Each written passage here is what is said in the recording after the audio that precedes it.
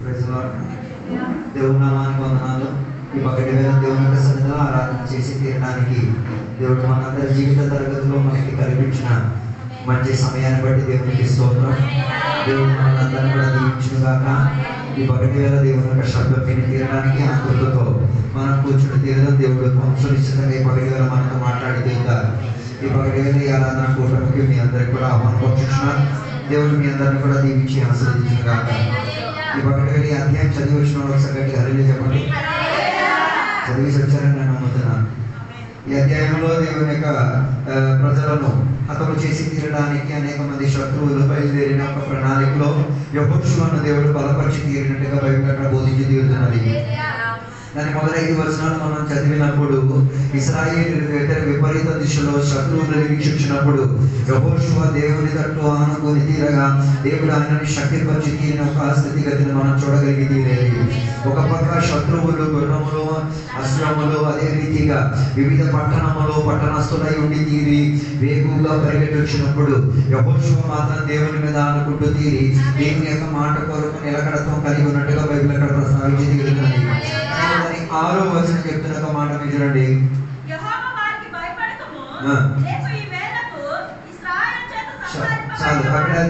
దేవుడు యెహోషువతో మాట్లాడిన ఒక మాట, ఏం చేయకూడదు, భయపడకూడదు. భయం అన్నది ఒక దుష్టాత్మ శక్తి అవుతున్నదని ఈ పగటి వేళ దేవుని యొక్క బిడ్డలు తెలిసి తీరాలి.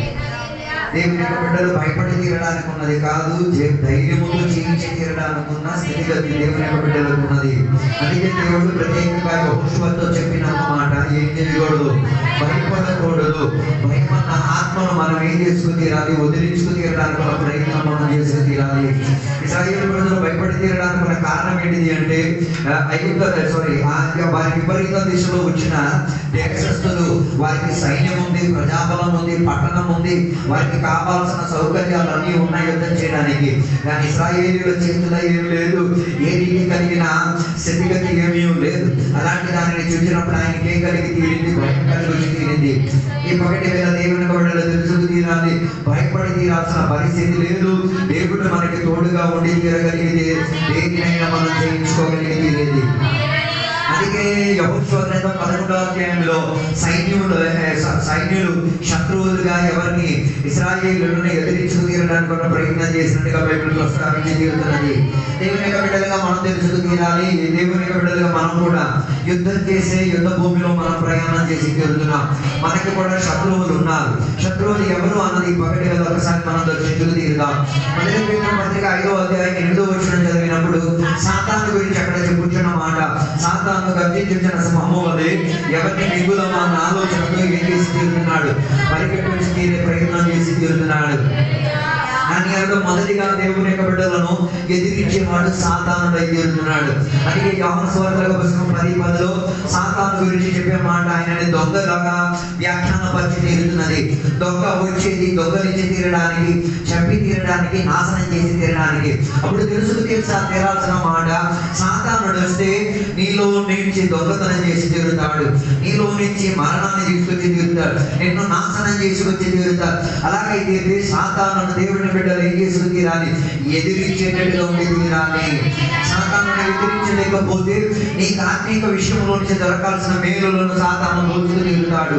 సాతాను నీ జీవితాన్ని చంపి తీరేతడిగా, ప్రాణం తీసి తీరేతున్న గడువు తీసి తీరుచు దాని నుంచి దేవుని బిడ్డలు ఏమై ఉండి తీరాలి, జాగ్రత్త వహించేటట్టు తీరాలి. దానికి మంచి ఉదాహరణ ఆదికాండం 3వ అధ్యాయంలో దాంపత్య జీవితంలో సాతాను దూరుకొచ్చినట్టుగా బైబిల్ మనకి ప్రస్తావించి చెబుతున్నది. దాంపత్య జీవితంలో ఆదామవ్వల దాంపత్య జీవితంలో సాతానుకు అవకాశం ఇచ్చి తీరేతడిగా సాతానును సాధనంగా ఎవరు వాడారు, సాతాను వాడి తీరాడు.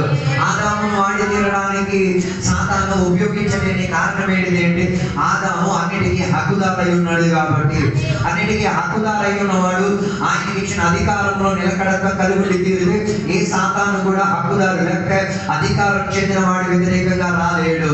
హవ్వకి ఏ అధికారము ఇవ్వబడలేదు. హవ్వకి దేవుడు ఏ రీతి కలిగిన అధికారం గురించి మాట్లాడలేదు. హవ్వకున్న అధికారం కేవలం తన భర్త మాత్రమే. భర్త పైన ఉన్న అధికారానికి ఆమె లోబడి తీరేదని కూడా బాధ్యత వహించలేదు. కాబట్టి సాతాను కుయుక్తి చేత హవ్వను ఏం చేసి తీరింది, మోసపరిచి తీరింది. అలాగైతే దాంపత్య జీవితంలో సాతాను దూరుకొచ్చేది ఎలాగా? భార్య మూలంగా దూరుకు రావచ్చు. భార్య విజేత కలిగే ప్రణాళికలు లేకపోతే, భర్త మాటలు లోబడి తీరేందుకు ప్రణాళిక లేకపోతే, ఎన్ని అభిషేకముతో కూటాలు ఏర్పాటు చేసినా, ఎన్ని ఉపవాస ప్రార్థన చేసినా, ఎన్ని ఆరాధనలు కవనుల అర్చనలు అర్పణలు ఏమిచ్చినా సాతాన్ని కుటుంబాన్ని వదిలిపెట్టే ఛాన్స్ లేదు. అదే నడుచుకు తీరాలి. ఆదాము దాంపత్య జీవితంలో సాతాను ఏం చేశాడు? దుష్టుడిగా ప్రవేశించుకు తీరాడు. రెండవదిగా యోబు విషయం గురించి చదివినప్పుడు యోబు గురించి కూడా చెప్పబడిన మాట, యోబు నీతిమంతుడు, యథార్థవంతుడు, దేవునికి భయపడేవాడు. ఆడు భయపడేవాడు కానీ ఆ పిల్లలు భార్య భయపడ్డారా లేదా మీరే వివరించండి. అదొక అవకాశంగా సాతాను భావించుకు తీరాడు. అదే నేను చెప్పొచ్చిన మాట, హవ్వను వంచనాత్మకంగా ఉపయోగించుకొని దాంపత్య జీవితంలో సాతానుడు దూరమైతే కుటుంబంలో పిల్లల మూలంగా కూడా, భర్త మూలంగా కూడా ఏం చేయొచ్చు, భార్య మూలంగా కూడా ఏం చేయొచ్చు, సాతానుడు దూరి తీరొచ్చు. యోబు నీతిమంతుడైతే తన భార్య ఎందుకు నీతిమంతుడు కాలేదు? యోబు దేవునికి భయపడిన వాడై ఉన్నా తన భార్య ఎందుకు దేవునికి భయపడేది అనిగా మారలేదు.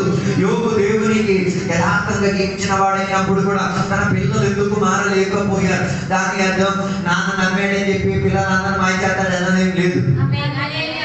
అదే కాలేదు. నాన్న నీతిమంతుడు అయి ఉన్నాడు అని చెప్పి పిల్లలు నీతిమంతులు అవుతారన్నది లేదు. అయి తీరడానికి నాన్నకి చేస్తుంది. అందుకే కదా అరుణోదయం నలిగించి యోబు తన పిల్లల పట్ల అక్కడ బైబిల్ ప్రస్తావించేది, నా పిల్లలు పాపం చేయకుండా ఉండే నిమిత్తం వారి కొరకు ఆయన ఏం చేసేవాడు? దహన బలులను అర్పించు తీరేవాడు. దహన బలులను చెప్పి కొత్త నిబంధనలకు వచ్చినప్పుడు ప్రార్థనగా బైబిల్ సూచించి తీరుతున్నది. పిల్లల గురించి ఏం చేయడానికి ప్రారంభించి తీరాడు, ప్రార్థన చేయడానికి ప్రారంభించాడు. నాన్న ప్రార్థన చేశాడు కాబట్టి నాన్న ప్రార్థనకి జవాబు ఇచ్చేటట్టుగా పిల్లలు కూడా మంచి ప్రవర్తన చేశారు. ఏం చేశారు తెలుసా? ఇంట్లో విందు ఏర్పాటు చేశారు. చెల్లెల్ని అక్కల్ని అందరినీ పిలిచారు కానీ నాన్నని అమ్మని పిలవలేదు. గొప్ప ఆత్మీయత అన్నమాట. నాన్న ఏమని ప్రార్థన చేస్తున్నాడు? దేవా పిల్లలు ఏం చేయకూడదు, దుష్టత్వం కింద పడిపోకూడదు, పాపం చేయకూడదు, దేవుని దగ్గర నుంచి దూరంగా అయ్యే ప్రక్రియ రాకూడదు, దేవునితో ఉన్న అనుబంధంలోకి స్థిరుడై రావాలి అని చెప్పినప్పుడు పిల్లలు నాన్న చేసిన ప్రార్థనకి జవాబు తీరారు. కొంతమంది పిల్లలు ఎలా కూడా ఉన్నారు, సంఘం చేసిన ప్రార్థనకి జవాబు ఇచ్చిన కొంతమంది సంఘస్థులు ఉన్నారు, నాన్న చేసిన ప్రార్థనకి జవాబు ఇచ్చిన కొంతమంది పిల్లలు ఉన్నారు. ఆత్మీయులు ప్రార్థన చేసేటప్పుడు దానిని విపరీత దిశలో చేసే చేష్టలు ఉన్నాయి. దాంట్లో మీరు అర్థం చేసుకుని తీరాలి. 10 మంది ఏమై తీరారు? ఆ రోజే పంట పాటించారు, ఆ రోజే విందు తిన్నారు. అదే వారికి చివరికి ఎదుగా మానేది. అందుకే నేను ఇందులోగా ఆత్మీయ సత్యం నేను చెప్పి తీరుతున్నా. కొందరి ఆత్మీయ ప్రణాళికను అభ్యంతరం అయితే అదే నీ లాస్ట్ డే అయిపోతుంది. అందుకే నేను ఆలోచించి నీ ఫోటో ఫ్రేమ్ గోడకి ఎక్కతో మునిపి మారాల్సిన ప్రక్రియను మార్చేసుకో. నేను ఫోటో ఫ్రేమ్ ఎక్కించేసుకొని నా దగ్గర నన్ను పర్సన నీ ఇష్టం, నీ కష్టం, దానితో నాకు ఏ రీతి కలిగిన ప్రతిబద్ధత లేదు. అందుకే నేను చెప్పుకొచ్చే మాట, యోబు తనకి కలిగిన ఆయుష తరగతులు పిల్లలను ఆత్మీయ స్థితిగతుల్లో తీసి తీరడానికి ప్రార్థన చేశాడు. ఖరీదు బైబిల్ చెప్పినంత మాట, అరుణోదయాన్ని లెగించి ప్రతిరోజు ఆయన ఏం చేసేవాడు? ఆయన రెగ్యులర్గా చేసేవాడు. రెగ్యులర్గా చేసినప్పుడు అరుణోదయం ఎంత ఖరీదించుకొని చేసుకోవాల్సి వస్తున్నది. ఓసికి ప్రార్థన చేసేవాడు కాదు, ఖరీదించుకొని వెలగించుకొని వెలిగించుకుని దానివల్ల ఏమై తీరిందో తెలుసా? 10 మంది మృతి చెందిన ప్రతి 10 మందికి చివరి ప్రాణం భూమిలో ముగించుకుపోయినా దేవుడు వారికి మరలా ఒక ఆయుష దేవుడు తిరిగించి తీరారు. నేను అది చెప్పగలిగేది కృప చేత. ఇది దేవుని యొక్క కృప ఉండబట్టి నాన్న ప్రార్థన చేశాడు కాబట్టి కనికరముతో మరలా దేవుడు 10 మంది పిల్లలను ఇది తీరారు. సో తెలుసుకు తీరారు. అందుకే సాతానుడు వచ్చి దేవునితో అడుగుతున్న దేవా నీవు యోబు ఇంటి చుట్టూ ఏమి పెట్టి తీరావు? కంచెని పెట్టి తీరావు. దేవుడు కంచెని పెట్టి తీరారు. ఎర్రగొట్టే వాళ్ళు లోపలే ఉన్నారు. దేవుడు కంచెని పెట్టే తీరారు. ఎర్రగొట్టే వాళ్ళు కుటుంబం లోపలే ఉన్నారు. వారిని నీవు ఆత్మీయ స్థితిగతుల్లో సిద్ధపరచుకుంటావా? వారిని ఎర్రగొట్టే ప్రయాణంలో నీవు చేసి తీరుతావా? దాని గురించి నువ్వు విచారణ చేసుకుని తీరాలి. అందుకే యోబు మీద, యోబు ఆస్తి మీద, యోబు శరీరం మీద, యోబు కుటుంబం మీదకి ఏమై తీరింది? సాతాను యొక్క ప్రభావం పడుచు తీరింది. అందుకే నేను చెప్పినామనుకున్న ఉద్దేశం, సాతానుడు ఇప్పుడు దేవుని బిడ్డలను వ్యతిరేకపరచుతూనే ఉంటాడు. యేసయ్యను కూడా సాతానుడు ఎదిరించడానికి వచ్చాడు. మత్తయి సువార్త పుస్తకం 4వ అధ్యాయంలో చదవగలిగినప్పుడు యేసయ్యను సాతానుడు ఏం చేయడానికి వచ్చాడు? ఎదిరించడానికి. ఎప్పుడు వచ్చాడు? యేసయ్య ఆకలిలో ఉన్నప్పుడు. దాని అర్థం తినడానికి లేక కాదు, ఇంటి దగ్గర తినడానికి సామగ్రి లేక కాదు, ప్రయాసపడి తినడానికి ఒళ్ళు ఒక్కక కాదు. ఆయన దేనికోసం? ఆత్మీక పరిచర్య కొరకు తన జీవితాన్ని కేంద్రీకరించుకు తీరడానికి అన్నపానాలు మానేసుకొని ఎక్కడ మనుషులు లేని ఏకాంత వేళలో ఏం చేసుకు తీరాడు? దేవునితో గడపడానికి ప్రయత్నం చేసి తీరాడు. అందుకే బైబిల్ చెప్పే ఒక మాట, ఆ ఉపవాస ప్రార్థన కోడిక ముగింపు గడువు వచ్చినప్పుడు యేసయ్యకి ఏమొచ్చింది?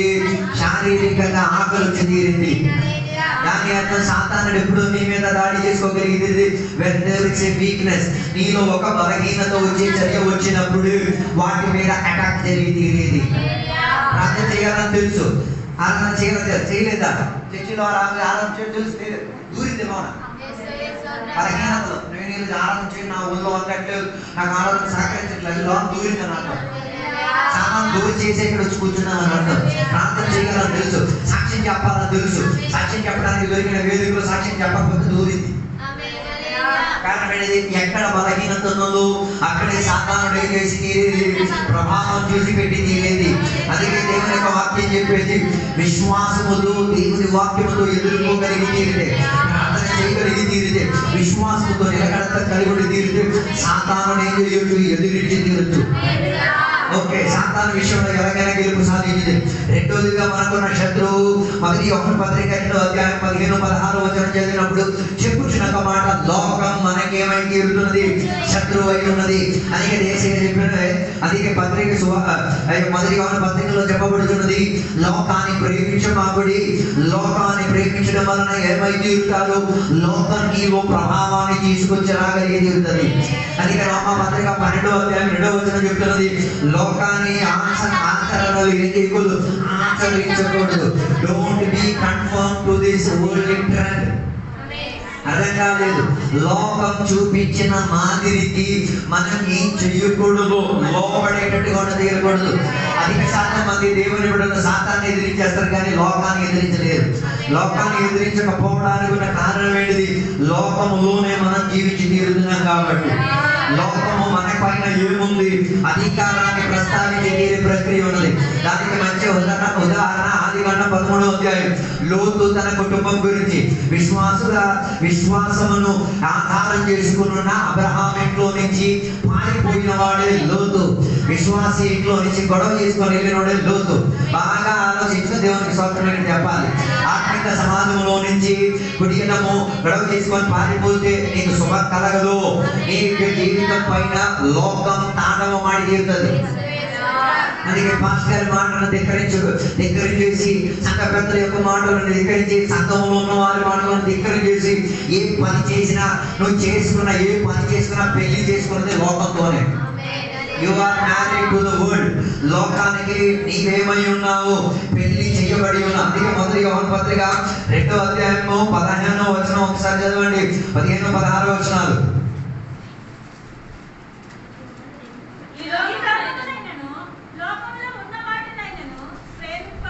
చాలు. ఈ లోకములో ఉన్నదానినైనను ప్రేమిస్తున్నారా లేదా ఎలా తెలిసేది?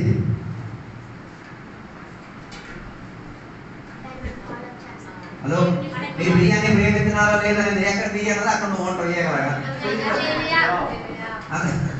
ఎక్కడ నీ సాన్నిధ్యంతో అదే నీకు రుజువు వచ్చి తీరుతుంది.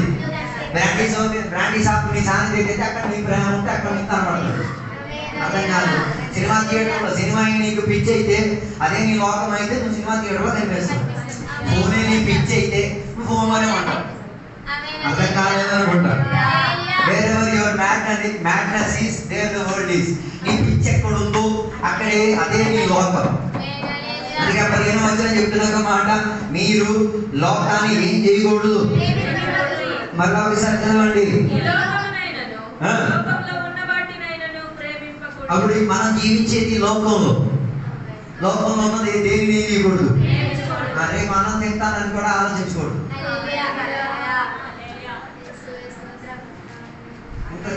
ఇందాక అన్ని వర్షాలతో అందరూ ఆరాధన చేశారు కదా. నేను ఎప్పుడు పంట జరిగే విషయం చెప్తాను. పంట పండించేటప్పుడు వ్యవసాయకుడు భూమి పూజ చేసిన తర్వాతే పంట చేస్తాడు. విత్తనం వేస్తారు. విత్తనం వేసిన తర్వాత విత్తనాన్ని కాపుకోటి తీయడానికి కూడా ఆయన నమ్ముకున్న దేవతనే ఆరాధన చేసుకొని దాన్ని పంట పెద్ద చేస్తారు. పెద్ద చేసిన తర్వాత కోతకాలం వచ్చినాడు ఆయన్ని నెచ్చిన దేవతని ఏర్పాటు చేసుకొని దాన్ని కోతకు వచ్చేది. ఇప్పుడు అది కృష్ణుడు అభిషేకం మళ్ళీ చెప్పాలి. దాని తర్వాత నిన్న అది అమ్మేసి ఎక్కడికి మార్కెట్ చేసిన ఆయన కౌంటర్ అయితే ఆయన పూజ చేసి అర్చన చేసి ఆయన నువ్వు వెళ్ళేసి కొనుక్కునేటప్పుడు ఆయన అన్ని చేసేసిన తర్వాత వెళ్ళరు. అర్థం కాలేదు. దాని అర్థం 99% నువ్వు తినేది. ఏం చెప్పండి అలాంటప్పుడు దేవుని బిడ్డలకి ఏమి ఉండకూడదు, ఆహారం మీద ఆతృత ఉండకూడదు. ఆహారమే సర్వస్వం అనుకోకూడదు. బాబు నేను ఇప్పుడు బతకాలంటే నేను తినాలి, తప్పదు. ఏం తినాలి? విగ్రహార్థం చేసేది నేను తినాలి, తప్పదు. ఆహార పోషకత దాని అర్థం ఎప్పుడు ఇది తినే నేను బతుకుతాను అన్న లేదు. కొన్నిసార్లు నేనే కోరిడి దీన్ని నేను నిషేధించి తీరుతాను. నాకు వద్దురా నాయన, నేను తిని కాదు నేను ఆరోగ్యం పోషించి తీరేది నా లోకం నువ్వు కాదురా బాబు. నాకు ఇంకొక గోళం ఉంది, ఆ గోళంలో నాకు బలం కావాలంటే నాకేం అక్కర్లేదు, తింటా. పిచ్చట సిద్ధాంతాన్ని మానివేసి తీరడం లోకాన్ని ప్రేమించకపోవడం అన్న భావన. అది లోకము ఉన్న వాటిని ఏం చేయకూడదు. 90% దేవుని బిడ్డలు ఎందులోనే పడిపోయేది. బాప్తిసం తీసుకున్నప్పుడు ఏసైనా దేవుడు ఏసై తప్ప ఇంకొక మొగుడు లేడు, అక్కడ నలుగురు ఏసై తప్ప నాకు ఇంకా దేవుడు లేదు. ప్లాస్టిక్ తీరు ఎక్కడి నుంచి బోటి నుంచి ప్లాస్టిక్ తీరు ప్రజలు ఆగిపోయింది. ఈ ప్లాస్టిక్ వేసి పర్లోకానికి వెళ్తావా? హలో, ఈ ప్లాస్టిక్ వేసి పర్లోకానికి వెళ్తావా? ప్లాస్టిక్ అయితే పర్వాలేదు, ఎవరు వదిలేస్తారు. అదే బంగారం అయితే చచ్చేటోడు కుక్కను పీక్కుంటారు.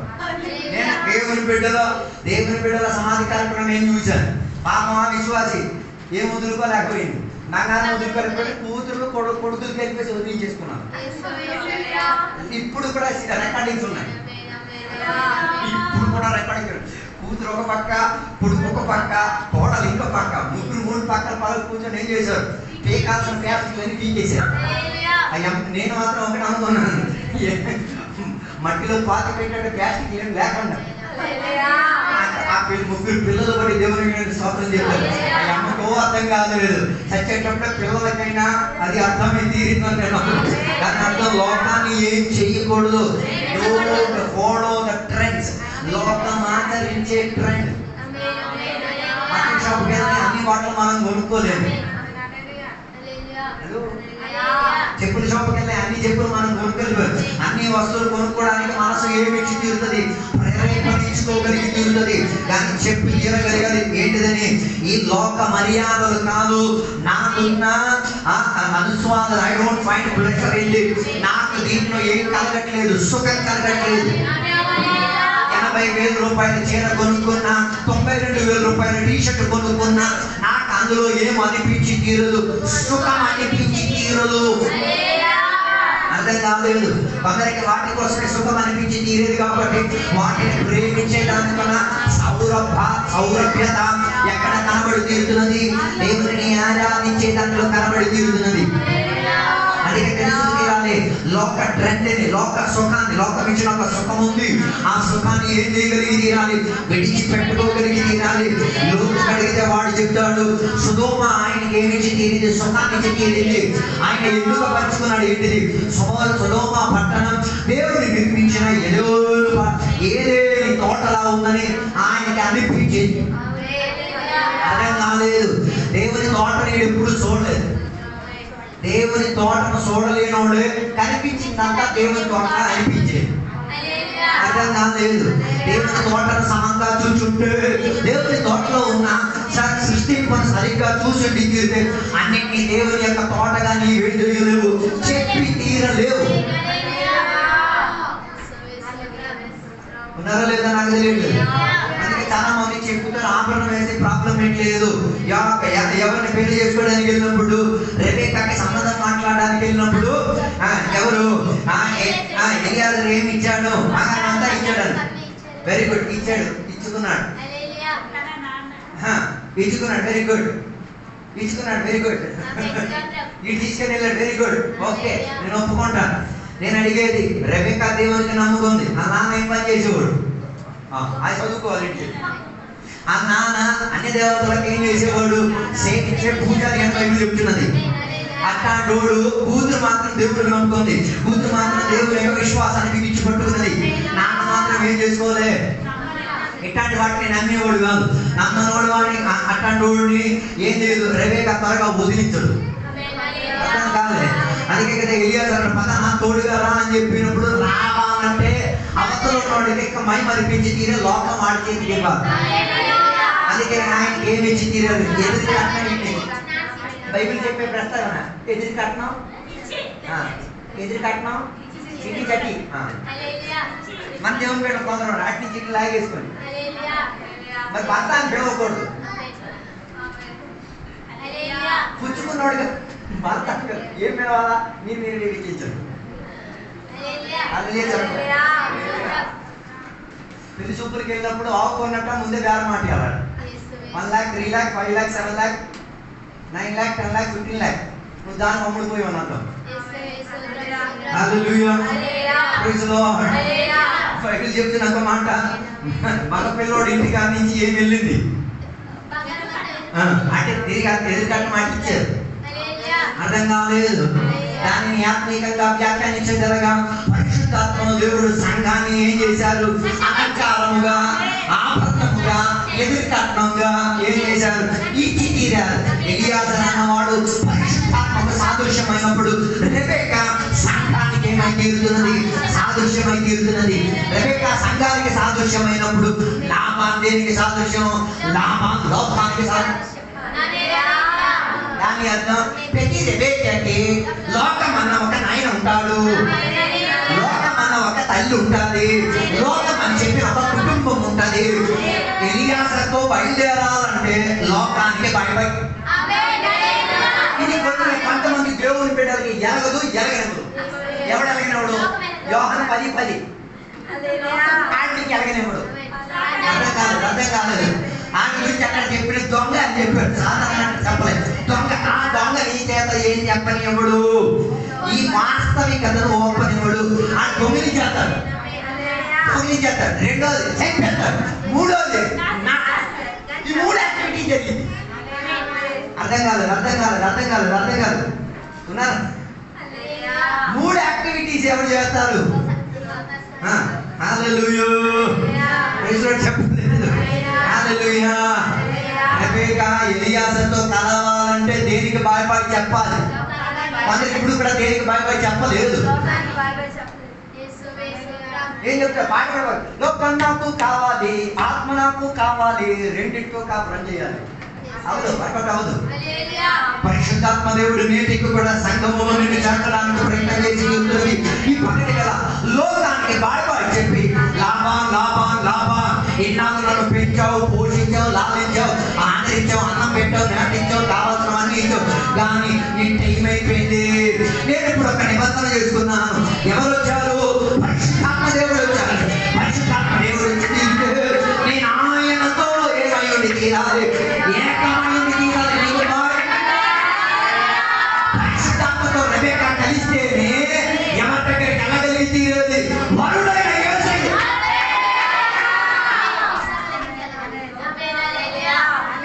అందుకే చూస్, లోకం నీకు మొగుడిగా కావాలా?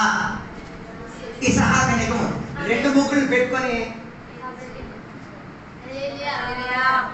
అర్థం కాలేదు, డ్యువల్ సిటిజన్షిప్ పెట్టుకోవచ్చు, 2 పౌరస్థితులు పెట్టుకోవచ్చు. అందుకే కదా ఒక ఆమె దగ్గర, ఒక ఆమెని నీళ్ళు అడగడానికి యేసయ్య వెళ్ళినప్పుడు యేసయ్య ఆమెకు ఒక ప్రశ్న అడిగారు.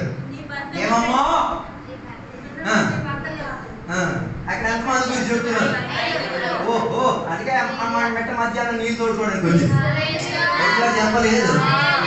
అదో అక్కడ భర్త అని చెప్పేది ఆమె శారీరకంగా భర్త కాదు, ఆత్మీక స్థితిగతిలో 5 దేవతలతో ఈమె వేసింది, మొక్కు పెట్టేసుకుంది. ఏమని? ఈ 5 నాకు ఇష్ట దేవతలు, ఈ 5 నాకు భర్తతో సమానమే, ఈ 5 నాకు ఆరాధన. ఒక్క గుండెలో 5 పెట్టుకుంది. నీదెన్ని ఉన్నాయో విడదీయబడే ఒక రోజు వస్తున్నది. అదే బైబిల్ చెప్పేది హృదయం అన్నిటికన్నా మోసకరమైనది. దేవుడు ఏం చూసేవాడు, బాహ్యంగా పనిచేసేవాడు కాదు. ఆయనకి క్లారిటీగా కనబడుతుంది ఏ దేవత ఏ లోకం నుంచి నీ లోపల తాండవం ఆడుతున్నదో ఆయన స్క్రీన్ లో కనబడుతుంది. ఆ స్క్రీన్ నీకు కనబడుతుంది. నాకు లోకం వద్దు, నాకు లోకముతో అనుబంధం వద్దు, నేను లోకని కాను, నేను అబ్రహాముని చెప్పుకోగలిగే నాకు ఇసహాకే భర్తగా కావాలి తప్ప ఎవరు నాకు భర్తగా వద్దు, లోకం నాకు భర్తగా ఉండకూడదు. అందుకే లాబాను ఇంటిని ఏం చేసింది, రెబెక్కా బాయ్ చెప్పింది. ఈ పగటి వేళ శత్రువుల సామ్రాజ్యాన్ని బాయ్ చెప్పగలిగి తీరాలి, సాతానికి బాయ్ చెప్పగలిగి తీరాలి. ఇంకెవరిని, ఇంకా లోకాన్ని బాయ్ చెప్పాలి. లోకముతో ఉన్న ఏ అంటూ నిన్ను పరలోకం భూమి దాటనేవాడు. బైబిల్ చెప్తున్న మాట, యాజకుడైన యెహోషువ యొక్క బట్టలు మురికైపోయేసరికి సాతాను దాన్ని నీకేసి తీరాడు, అభ్యంతరపరిచి తీరాడు. యాజకుడి ఒంటి మీద రక్తం పడడం సహజమే. కారణం ఏంటి, ఆయన అర్పించేది బలియాగం కాబట్టి వధింపబడి ఉన్న బలి పశువు నుంచి ఏం రావచ్చు, రక్తం పడి తీరొచ్చు. ఆలోచించుకుని దేవునికి స్తోత్రం చెప్పాలి. ఒకవేళ రక్తం పడి ఉండి తీరితే అది యెహోషువ బట్టల మీద కాదు, ప్రత్యక్ష గుడారం లోపల ఉన్న కృపాసింహాసనం మీద ఏమైంది తీరాలి. అక్కడ పడని రక్తం నీ ఒంటి మీద, నీ బట్టల మీద పడితే అడిగే మొగుడు వస్తాడు. అడిగే మొగుడు వస్తాడు. ఇప్పటికి కూడా ఆ మొగుడు నేను అడిగేటప్పుడు, మొగుడా నువ్వు కాదు నా భర్త, నా భర్త యేసుక్రీస్తు వారే, ఆయన మీద రక్తం పడి తీరింది, ఆ రక్తం నన్ను పడిగి తీరింది, అది నన్ను శుభ్రపరిచి తీరింది, అది నా మాలిన్యము తీరింది, ఆ రక్తం నన్ను శుభ్రపరిచి తీరింది. అలాగైతే ఇక నీకు భర్త కాదు, నేను యేసయ్య కొరకు ఎదురు చూసుకొని నేను చెప్పొచ్చే మాట, లోకానికి బాయ్ చెప్పండి. లోతు లోకానికి బాయ్ చెప్పలే, విశ్వాసానికి తండ్రిగా ఉన్న ఆ అబ్రహాముకు బాయ్ చెప్పాడు. ఇక్కడ ప్రైజ్ చెప్పాలి. ఏమని బైబిల్ చెప్తున్నది, లోతు మందలు అదే రీతిగా అబ్రహాము మందలు ఏమై తీరింది. ఈ పెరిగేటప్పుడే దొరదలన్నీ వచ్చాయి. ఒళ్ళు పెరిగేటప్పుడే దొరదలు వస్తాయి, అవునా కదా? ఆస్తి పెరిగేటప్పుడే దొరదలు వచ్చాయి. కుటుంబంలో వచ్చేది, సమాజంలో వచ్చేది, సంఘం ఎదుగుదల వచ్చేటప్పుడే. ఎదుగుదల వచ్చేటప్పుడు దొరద రాకుండా ఏం చెయ్యాలా, ఎదుగుదల ఎవరికి ఇవ్వాల్సిన చేతికి ఇచ్చేయండి, ఎవరికి ఇవ్వాల్సిన దేవుని పని చేతికి ఇచ్చేయండి, దేవుని పని ఇచ్చేయండి. కొందరికి అన్నదానం కింద ఇచ్చేయండి, పుణ్యదానం కింద ఇచ్చేయండి. ఏం రాదు, దొరద రాదు. చెప్పలేదు. లోతు మందలకి అబ్రహాం మందలకి దొరద వచ్చింది. దొరద వచ్చినప్పుడు డెసిషన్ తీసుకున్నారు. ఏంటి తెలుసా, అబ్రహాం నువ్వు ఎడమైతే నేను కుడి, నువ్వు కుడి అయితే నేను ఎడం, నేను ఏమైతే ఈ దొరదతో ఈ లోకంతో నీవు ఏం చేయలేము, వెళ్ళలేము. వెంటనే లోతు ఏం చేశాడు తెలుసా, ఈ దొరద సరదా అనుకొని ఈ దొరద నట్టుకొని ఎక్కడికి వెళ్ళాడు, సొదొమ గొమొర్రా పట్టణానికి వెళ్ళాడు. ఆ పట్టణస్తులు ఏం చేశారు, అమ్మయ్యా మాకు ఒక విశ్వాసి వచ్చిండు, మాకు ఒక అభిషేకుడు వచ్చిండు, మాకు అన్ని భాష మాట్లాడిన వాడు వచ్చిండు, మాకు వాక్యం గురించి వివేచన కలిగిన వాడు వచ్చిండు అని చెప్పి ఆ ఊర్లో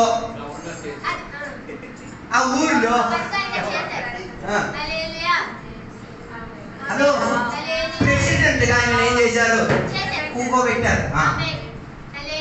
బాగా వినండి, దేవుని బిడ్డ దేవుని సమాజం విడిచిపెట్టేస్తే ఆఫర్ల మీద ఆఫర్లు వస్తాయి. ఆఫర్లే దేవుని బిడ్డ దేవుని విడిచిపెట్ట మంచి సంబంధాలు వస్తాయి. అవి ఆఫరే, నిన్ను చాపర్ చేస్తుంది, నిన్ను అది చాపర్ అయిపోతావు. నేను చెప్పొచ్చిన మాట, ఆఫర్ల మీద ఆఫర్ వచ్చినాయి. లోతు ఏం చేశాడు, ఆఫర్ని రిసీవ్ చేసుకున్నాడు. లోతు ఆఫర్ని రిసీవ్ చేసేటప్పుడు కూడా మర్చిపోయాడు, ఆ పట్టణం పైన ఏం రాబోతున్నది, ఉగ్రత రాబోతున్నది. ఆ పట్టణం మీదకి దేవుని యొక్క కళ్ళు తిరుగుతూ ఉన్నది. నీతిమంతుడు అక్కడైనా ఉన్నాడు, ఓకే, నేను పొరపాటుగా అక్కడికి వెళ్ళాడు. వెళ్ళిన ఈ వ్యక్తి నీతిమంతత్వాన్ని బిగించి పట్టుకోవచ్చుగా, పట్టుకోలేదు. మెల్లిగా సొదొమ గొమొర్రా పట్టణం మీద ఇన్ఫ్లుయెన్స్ అయిపోయాడు. ఇంటికి ఎవరు వచ్చారు? అబ్రహాం ఇంటికి వచ్చిన అదే దేవదూతలు ఎవరి ఇంటికి వచ్చారు? లోతు ఇంటికి వచ్చారు. లోతు ఇంటికి వచ్చినప్పుడు లోతు ఇంటికి వచ్చిన అతిథులను చూసి ఊర్లో ఉన్నోళ్ళకి ఏమొచ్చింది? ఊర్లో ఉన్నోళ్ళకి ఏమొచ్చింది? దొరద వచ్చింది. దొరద ఎక్కడికి వెళ్ళినా దొరదే పోతుంది. దొరద మరి మీరు దొరద ఏంటో మీరు చదివి చూడండి, దొరద ఏంటో అర్థమైపోతుంది. ఆ దొరద రావడం వలన లోతు ఇంటికి వచ్చి తప్పుకు తీసుకొని ఆ మనుషులు పంపించండి అని చెప్పినప్పుడు లోతు ఒక మాట అన్నాడు. ఏం చెప్పాడు తెలుసా? ప్రభావం ఏమి? ఏ ఊరికి వెళ్తే ఆ ఊరు మాట్లాడొచ్చా? ఎలా మాట్లాడా అలా సంభవించింది. అర్థం కాదు. ఏది విత్తుతావు? అందుకే నేను బూతులు వాడను. ఎప్పుడైనా బూతులు వాడేటప్పుడు విడదీయండి. మీ ఫ్యామిలీనే నువ్వే తిప్పుకుంటున్నావు. నీ ఫ్యామిలీకి నువ్వే ఏం చేస్తున్నావు? విత్తనం వేస్తున్నావు. నువ్వేం పలికావు కదా, అది అలా పోయి వదిలిపోయి చింతైపోతుంది. అందరు సైలెంట్ అయిపోయి ఒక నిమిషం. ఆడు కొట్టడానికి వచ్చిన ఆ కొడక ఈ కొడక అంటున్నావు కదా, ఆ కొడక అన్నావే అది విత్తనం వల్ల పడింది. రేపు ఆ కొడక వస్తాడు. అందుకే నేను కూతురు మాట్లాడలేదు. మరి మీ సంగతి ఈరోజు వదిలించేయండి. నా పొద్దురా బాబు ఉన్న కొడకతోనే జీవితం గడపలేదు. ఇంకో కొత్తది ఎందుకు? నా పొద్దురా నాయన నాకు యేసయ్య కుమారుడిగా దొరికి అంటిస్తే నాకు కుమారుడిగా దొరికితే ఇంకే కొడక నాకొద్దు. నా కొడక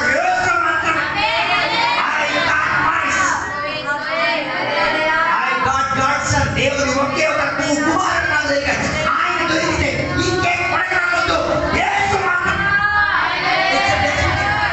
అది ఒక నిర్ణయం. అందుకని కూతురు మాట్లాడలేదు. నా కొడుకు దొరికాడు. యేసయ్య కొడుకుగా దొరికినప్పుడు ఇంకో కొడుకు నేను ఏం చేయగలను? నాటి పుట్టించక్కర్లేదు.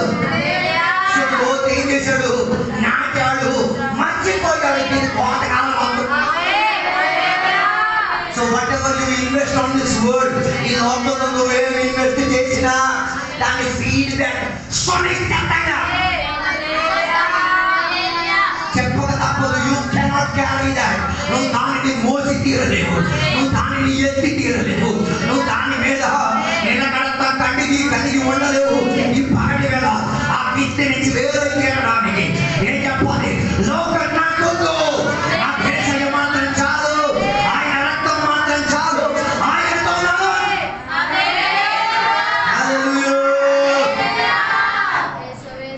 లోతు దేనిని అధికంగా ప్రేమించాడు? సొదొమ గొమొర్రా లోకాన్ని ఏం చేశాడు? ప్రేమించాడు. ఆడపిల్లలు కూడా అక్కడే వరుణుని కూడా చూశారు. అన్ని చూసుకోరని సెట్టింగ్ అని మాట్లాడారు. కానీ అవకాశం దొరికి తీరలేదు. ఆ పట్టణం నుంచి దేవదూతలు వారిని ఏం చేశారు? ఓ ఈరోజు ఆ పట్టణం నుంచి నేను లాగి తీరేస్తున్న దేవదూత ఎవరు అంటే సేవకులుగా మీరే. అప్పుడప్పుడు నేను చెప్తాను, ఏ ఆరాధనకు రాలేదు రావచ్చు కదా అని చెప్పినప్పుడు ఇంత ఉబ్బిపోయి కత్తితో పొడిచి చంపాలని చేస్తాను కదా, బతికెత్తన్నావు రా నాయన,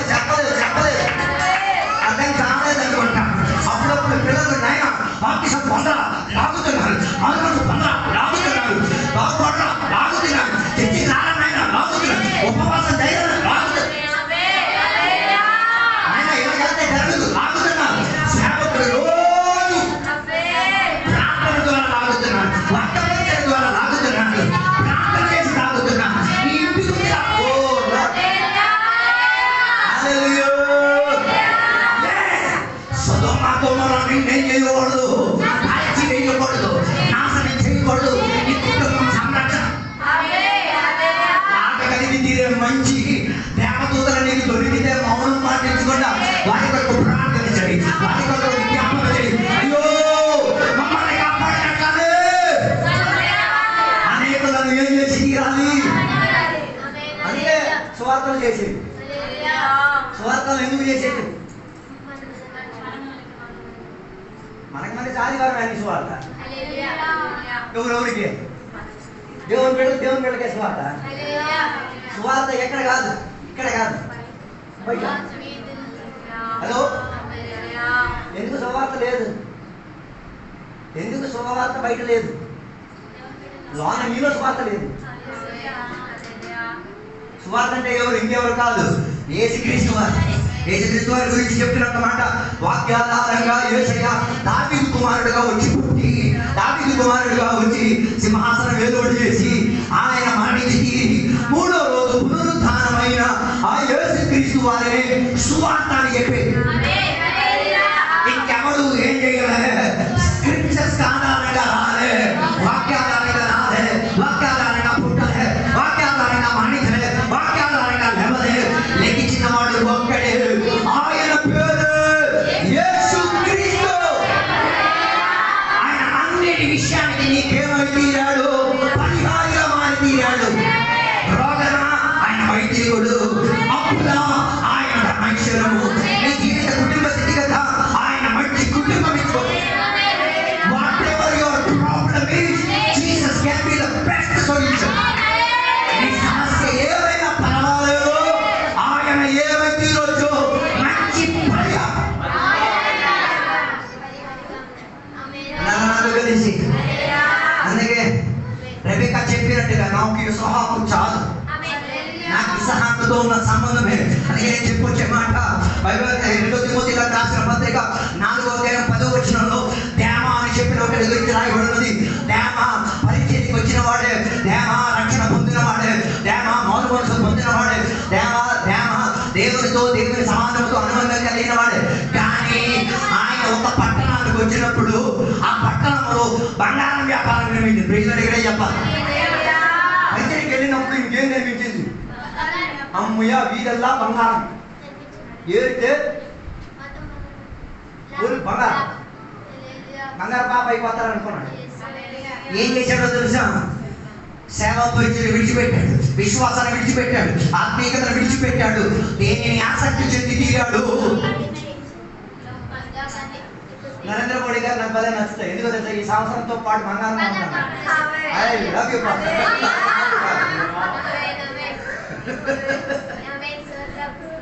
అది కాదు నచ్చింది. అందులో ఇంకా హైలైట్ నాకు నచ్చింది తెలుసా? ఇది పొద్దు పెట్టడానికి అయితే డబుల్ అయిపోతాడు. అందరం అనుకున్నాను బంగారం అంటే పొద్దు పెట్టేసి ఏం చేయొచ్చు, ఏ పనైనా చేసేస్తావు, డబుల్ డబ్బులు ఇచ్చుకోవాలి. అందుకే బంగారం ఉన్న అందరూ బీరు అక్కడ నుంచి తల ఇద్దరు లేవు. హలో, ఏమర్థమైంది? ఈవెన్ దో బంగారం ఈస్ వాల్యుబుల్, ఇట్ ఈస్ సమతుల్య ట్రాష్, చెత్త తుల్యంగా మారి తీరింది. ఏం చేయాలో ఏం కాలే, అర్థం కాలే. అందుకే వాక్యం చెప్పొచ్చేమాట, లోకము నుంచి ఏమై తీరాలి? వేరయుడి తీరాలి. అందుకే రెండో శత్రువు లోకం, మూడో శత్రువు గురించి బైబిల్ చెప్తున్నాక మాట్లాడగలుగుతా. మన శరీరం గలాతీ పత్రిక 5:17 మన శరీరమే మనకేమై ఉన్నది? శత్రుకర్యంగా ఉండి ఉన్నది. కారణం ఏంటిది?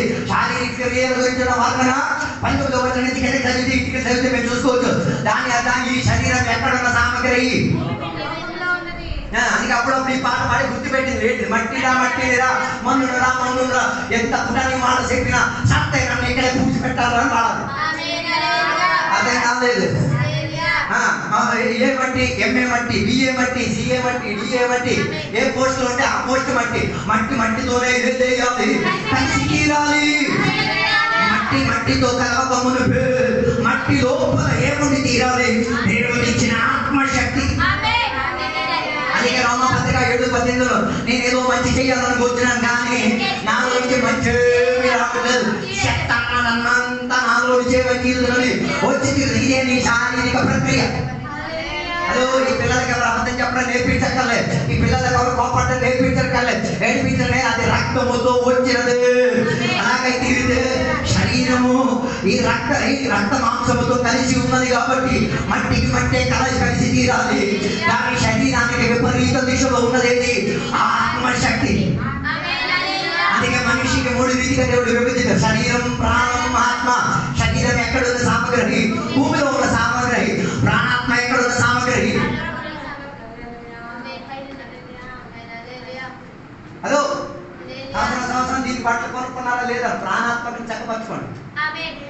కాలేదు. చిరిగిపోయిన అరిగిపోయిన పంపు కొట్టిన బట్టలు వేసుకొని చర్చికి ప్రాబ్లం పెట్టలేదు, కానీ ప్రాణాత్మకి సురక్షితం చెంది అలంకారం బట్టలు అన్ని ధరిపించండి. కొన్ని అయితే ఏడ్చి జబ్బు వచ్చినట్టుగా ఉంటుంది కొందరు ఆత్మీయత. హలో, కొందరు ఆత్మీయత ఎలా ఉన్నాయి, ఆంతరిక పురుషుడు ఎలా ఉన్నాయి.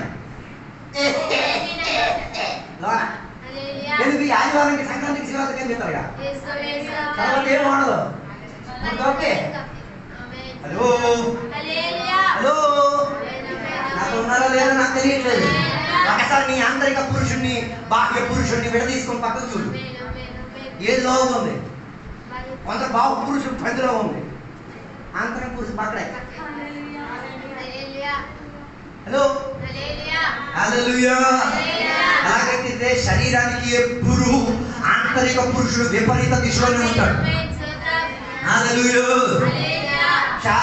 శరీరం ఎప్పుడు శరీర సుఖం గురించి చూసినప్పుడు ప్రాణాత్మ ఎప్పుడు ప్రాణాత్మ సుఖం గురించి చూసి తీరేది.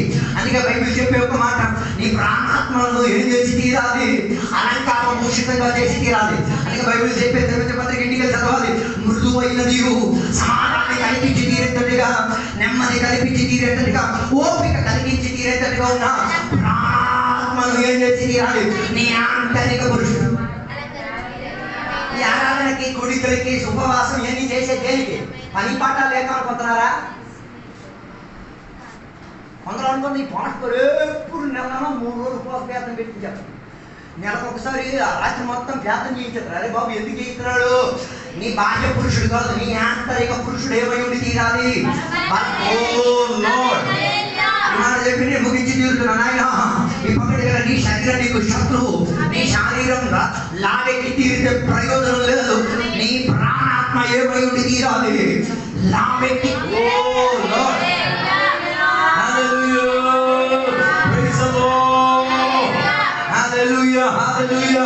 నీ ప్రాణాత్మ ఏమై ఉండి తీరాలి, బలిష్టమై ఉండి తీరాలి.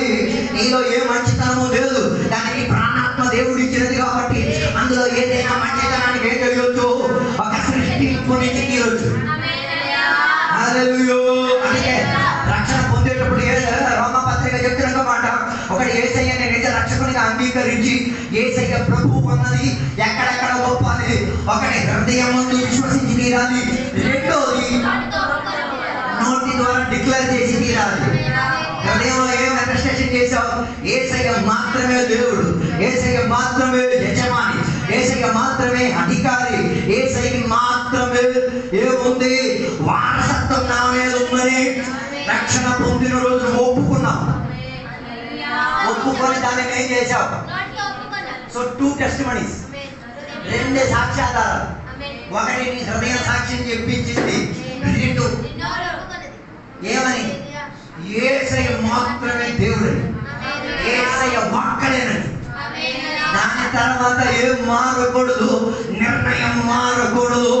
నిర్ణయం మారిపించి తీరడానికి నీ శరీరం ఏం చేసి తీరుతుంటది, ప్రోత్సాహం ఇచ్చుతూనే ఉంది. అందుకే కదా పేతురు యేసయ్య మరణం గురించి ప్రస్తావించినప్పుడు పేతురు చెప్పిన మాట పెవ్వ నువ్వేం కాకూడదు. యేసయ్య వచ్చిందే దేనికోసం? సావడానికి వచ్చింది. యేసయ్య వచ్చిందే సాతాను క్రియను లయపరచడానికి. ఈయన పేతురు ఇప్పుడు ఏం చేస్తున్నాడు? ఎవడు తల బదలు కొట్టాలనుకున్నారో వాడి మాటలు వినేసి యేసయ్య ఏం చెప్తున్నాడు? వద్దు దేవా నువ్వు వేడి కాకూడదు. వెంటనే యేసయ్య ఎవరికి ఏం మాట్లాడారు? పేతురు వైపు తిరిగి వెనకాల ప్రయత్నం చేసినాడు, గద్దించి చెప్పారు, సాతానా. అందరూ అంటున్నారు పేతురు తిట్టారు. పేతురు కాదు, పేతురికి సహాయకుడు ఒకడు ఉన్నాడు, వాడిని తిట్టారు. వాడు ఎవరిని ప్రభావితం చేస్తున్నాడు? ఈ శరీరాన్ని ప్రభావితం చేస్తున్నాడు. అలాగైతే నీ శరీరం నీకు ఎప్పుడు శత్రువే. You are carrying your enemy yourself. నీ శత్రువుని నువ్వే మోసు తిరుగుతున్నావు. స్నానం చేయి ఎత్తున్నాం, బెస్సు తొడిగి చేస్తున్నాం, అన్నం ఎత్తున్నాం, పప్పలు ఎత్తున్నాం, గోరలు ఎత్తున్నాం. దేనికి? అర్థం కాలేదే. దేనికి? శత్రువుకి మంచి బట్టలు, టై, సూటు, బూటు. దేనికి? శత్రువుకి. లోన మిత్రుడికో ఆడు దిగంబరుడు ఆవులతో చుట్టుకొని ఉన్నాడు. కొన్ని దిగంబరుడు ఎప్పుడు చూడొచ్చు? వాక్యం చెప్పమ్మా అంటే దిగంబరతో లోన బట్టలు లేదు, అది సిగ్గు. ఒక పాట పాడు, లోన దిగంబరం, లోన కూడా గేట్ లేదు, అందుకే రావట్లేదు. ఒక ప్రార్థన చేయి బాబు, मुझे नहीं मालूम मैं नांगा है, तो नांगा है तो गंगा है. हेलो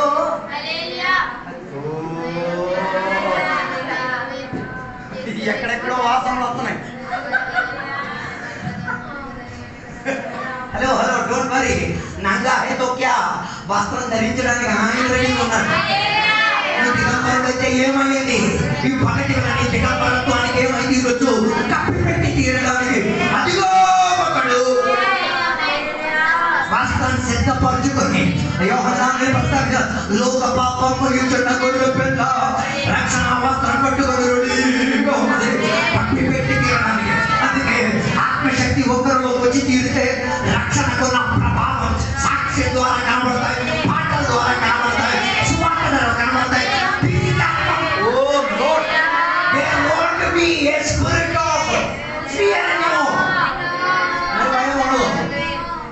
ఎక్కడి నుంచి వచ్చారు? భయాత్మ నుంచి ఎక్కడ వచ్చింది? హలో భయం ఎందుకు? అయ్యగారు అంత వంట నాకు సిగ్గు, అయ్యగారు అంత తుడుతు నాకు తెలియదు, లోన పట్టలేదు, మోక కనబడట్లేదు, ఆయన కనబడుతుంది, ఆత్మీకులు కూడా కనబడుతుంది. అందుకే కదా బాప్తిసం పొందుకోవడానికి వచ్చిన జనాన్ని చూచి ఏమని పిలిచారు? ఇక్కడ అలాంటి రెవల్యూషన్ అయ్యగారు అందరికి వచ్చేసాడు అనుకో,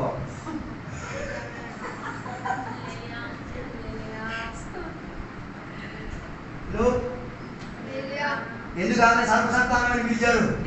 ఈ యాక్టివిటీ సర్పంలాగే ఉంది. అంకర్ టైం ఇదే.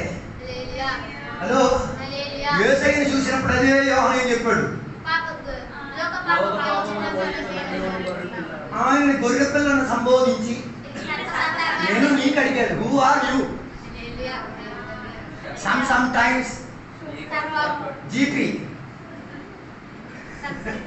సమ్ టైమ్స్ పీపీ, గొర్రె పిల్ల పాము పిల్ల. Hello GP PP. అప్పుడప్పుడు మనకు వస్తుంది, గొర్రె పిల్లను నేను గొర్రె పిల్లను, రక్తము ద్వారా కడగబడిన గొర్రె పిల్లను. విడిచేస్తే పాము పిల్లను నేను పాము పిల్లను, మాట్లాడితే విషమంతా కెక్కే. పాము పిల్ల అయి తీరితే నీలో పిరికాత్మ భయం దేవుని దగ్గర దూరం. గొర్రె పిల్ల అయి తీరితే ఆ రక్తం నిన్ను కడిగింది, ఆ రక్తం నిన్ను దేవుని పనిగట్టి తీరేలాగున్నా. సో యెహోషువ చెప్పినట్లుగా, యెహోషువతో దేవుడు మాట్లాడినట్లుగా, డోంట్ ఫియర్, భయపడమాక, ఈ శత్రువులను గెలిచిన ఒక్కడున్నాడు, ఆయనే యేసుక్రీస్తు. యెహోషువ ఆయన మీద ఆనుకున్నందుకు విపరీత దిశలో వచ్చిన శత్రువులందరినీ ఉన్మూలనం చేసి వారి ముందు గెలుపు సాధించి తీరాడు. అందుకే పగటి మీద గెలవడానికి సిద్ధం కలిగిన దేవుని బిడ్డ, నీ బాహ్య పురుషుని కాదు, నీ ఆంతరిక పురుషుని బలపరచుకో, లోకానికి బాయ్ చెప్పేసుకో, సాతానుతో అనుబంధం తెగబట్టేసుకో. చెప్పు, నేను యేసయ్య సమానిని, నేను పరలోకంలో ఉన్నవాడిని, నా ఇల్లు పరలోకం, నేను ఎలాంటి ఆ ఇంటికి నన్ను అభ్యంతరపరిచే ఎవడూ లేడు. దానికోసం మనం తయారీ చేద్దాం. ఈ వాక్యాల ద్వారా దేవుడు మనందరూ కూడా దీవించుగా. ఇప్పుడు చిన్నపిల్లలకి సాక్ష్యం చెప్పడానికి ఉన్న సమయం, చిన్నపిల్లలు నిలబడతారు, సాక్ష్యం చెప్తారు, తర్వాత పెద్దలు సాక్ష్యం చెప్తారు.